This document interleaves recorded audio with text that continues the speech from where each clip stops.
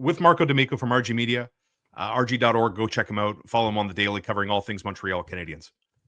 What you wrote about and who you quoted in your story, you can find it at rg.org. I'll link it to this video on youtube.com. The trade deadline is not the time to build a club. It's an arms race.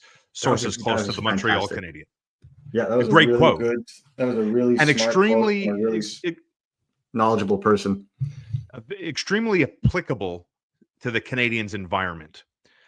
What we've seen so far is Alex Newhook has used his speed, his hockey IQ, and has found something in the early blushes with Patrick Laine. Nice 4-on-4 maneuvering, one to another to the back of the net. You're finding something there in the early stages, right? Walk me through this summer. And obviously, you and I are of the same mindset, filling the 2C void, number one priority, right? What about Alex Newhook down the middle? What's his role? What's his future at that position?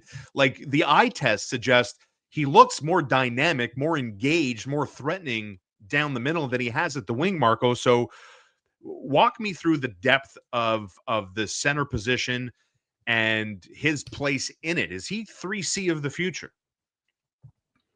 I wouldn't say the future, but I think he's the 3C of the immediate future. I think when you look at a player like Alex Newhook, and I know, a lot of people are disappointed, especially with what the Canadiens paid for him.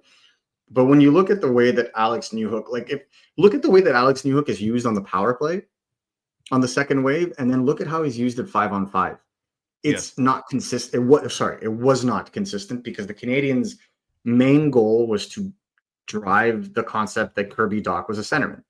I personally don't believe that will be the case. I think he's better suited for the wing, and quite frankly, he brings a lot of good size on the wing, and it takes a lot of load off of him. So I think that would work. But at the same time, when you look at a guy like Alex Newhook, what does he do super well for the Canadiens on the power play? He's a puck carrier. He's very successful at zone entries, which the Canadiens outside of, they're not very good at that in general. And so this is a guy that can carry the puck up with speed. This is a guy that gets better during games the more he touches the puck. So when you play hockey, puck touches are so important for a player that's a distributor and a puck carrier. And I feel like that's an ideal skill set for a center. And I'm not saying he's going to be the guy when the Canadiens are going to be a competitive team on their third line. They may go out and get someone of a little bit more experience when they're really contending. But in this situation right now, where you're currently at, and if we remember back to last year when he came back from his knee injury, shortly around the trade deadline after Shaun Monahan was traded, he played phenomenal in the second half of last year, to the point where he salvaged this season and he was on pace for about 50-ish, 50-plus points. And I feel like we're seeing it again now, where he's being asked to play center now that they've sent down Owen Beck and they called up Joshua Roy. I feel like having that kind of speed up the middle is essential if you're going to play with a guy like Patrick Laine. And I think having him carry the puck, having him do that work allows Laine to kind of glide in, position himself, and be ready. But on the flip side, it also allows him to support Patrick Laine down the middle, as opposed to being on the opposite wing and having to take that extra time to come around or cut in, putting a guy like Newhook out of position just to be able to help out. Whereas now you have a more cerebral other winger in a guy like Brendan Gallagher who crashes and bangs, or you could put a Joshua Roy there. So it's, if anybody remembers last year, the line was Joel Armia, Alex Newhook, and Joshua Roy until Joshua Roy got injured. And the three were dynamic.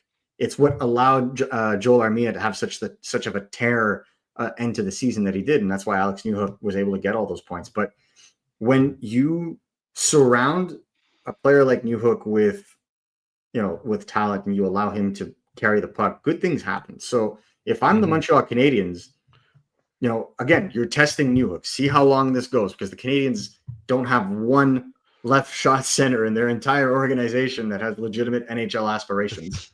So we might as well give this a shot to see what's up. So would he be 3C? Let's say, like you said, in the near future. Yes. In the near future, three, whoever the 2C is. I'm going to ask you about that in a second. But so it goes Suzuki ? Newhook, Owen Beck, Jake Evans. Jake Evans. Obviously, Jake Evans next year. Obviously, Jake Evans, the biggest move the Canadiens made on deadline week.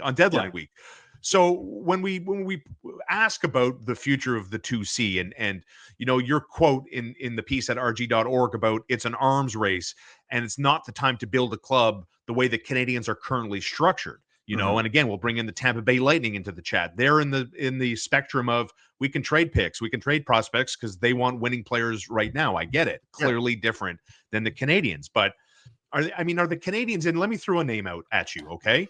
Are the Canadiens in the Sam Bennett business as far as you're concerned? Like when we talk about culture, we talk about those intangibles.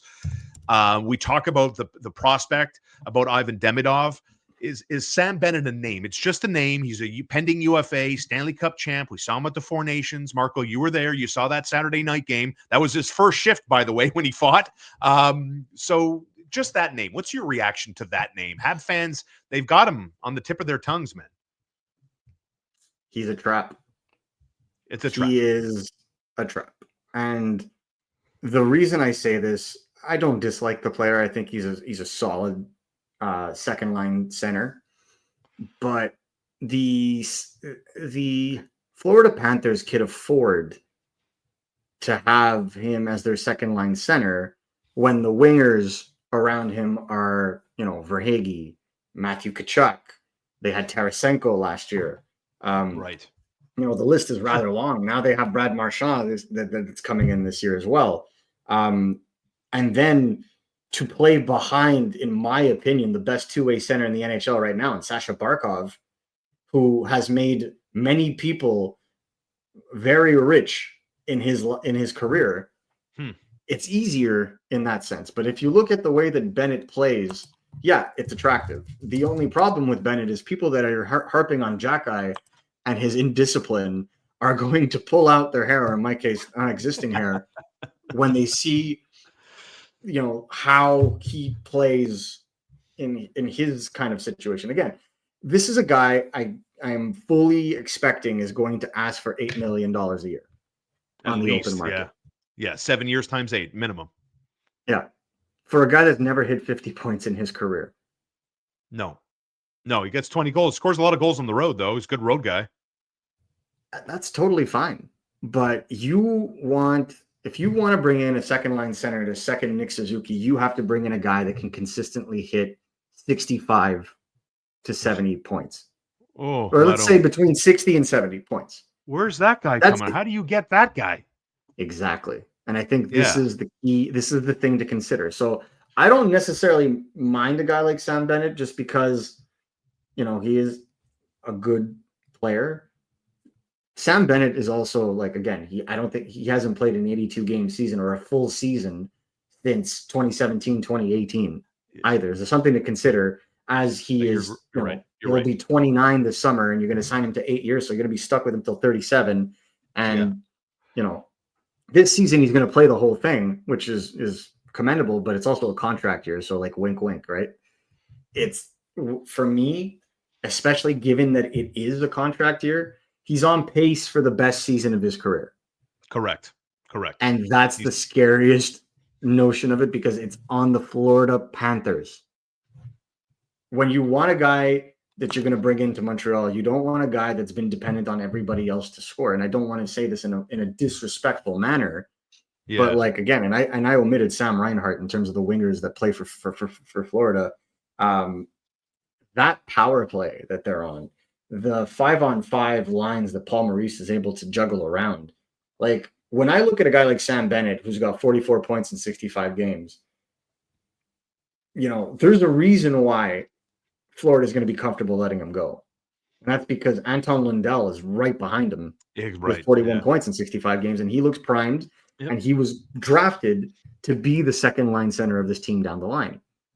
Therein lies my worry. And so when you look at this organization, I think trying to sign a Sam Bennett to this really large contract, I can't possibly think the Canadiens fans are going to be okay with the idea that Sam Bennett is going to make more money than Nick Suzuki.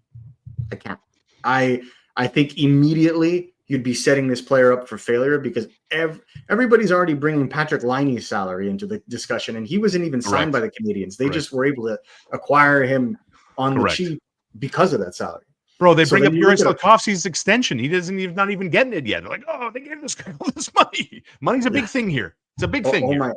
Goodness. And so I think where I stand on this is just, I think that the Canadiens are better off not playing the desperation game, because there are teams out there that are going to offer an 8x7 with a full no movement clause. I'm almost like, it's March 15th of the moment of this recording.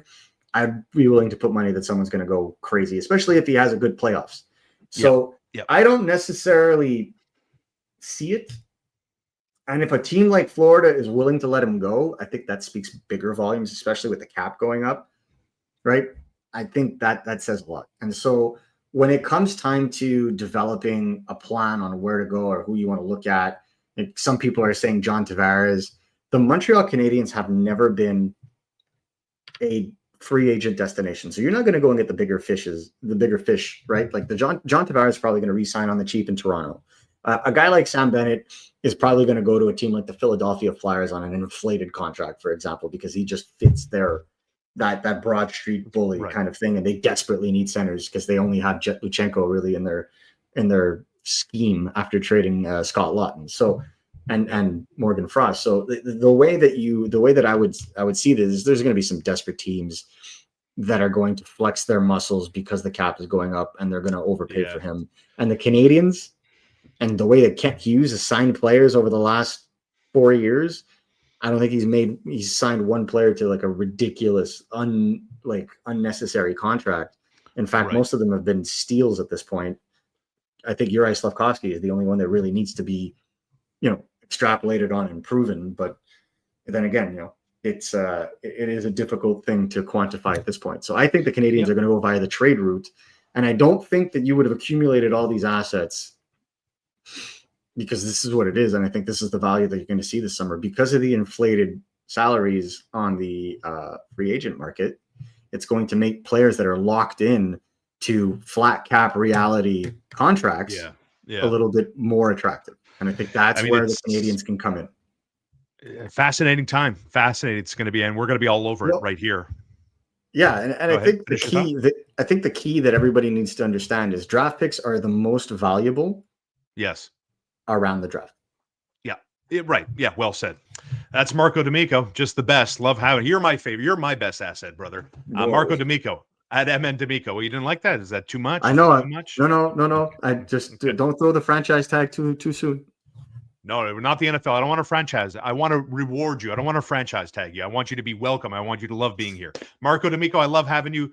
Check him out at MN D'Amico. Follow him on all your favorite socials. Check him out on rg.org. Marco, we'll see you soon. Thanks, brother. Sounds like a plan.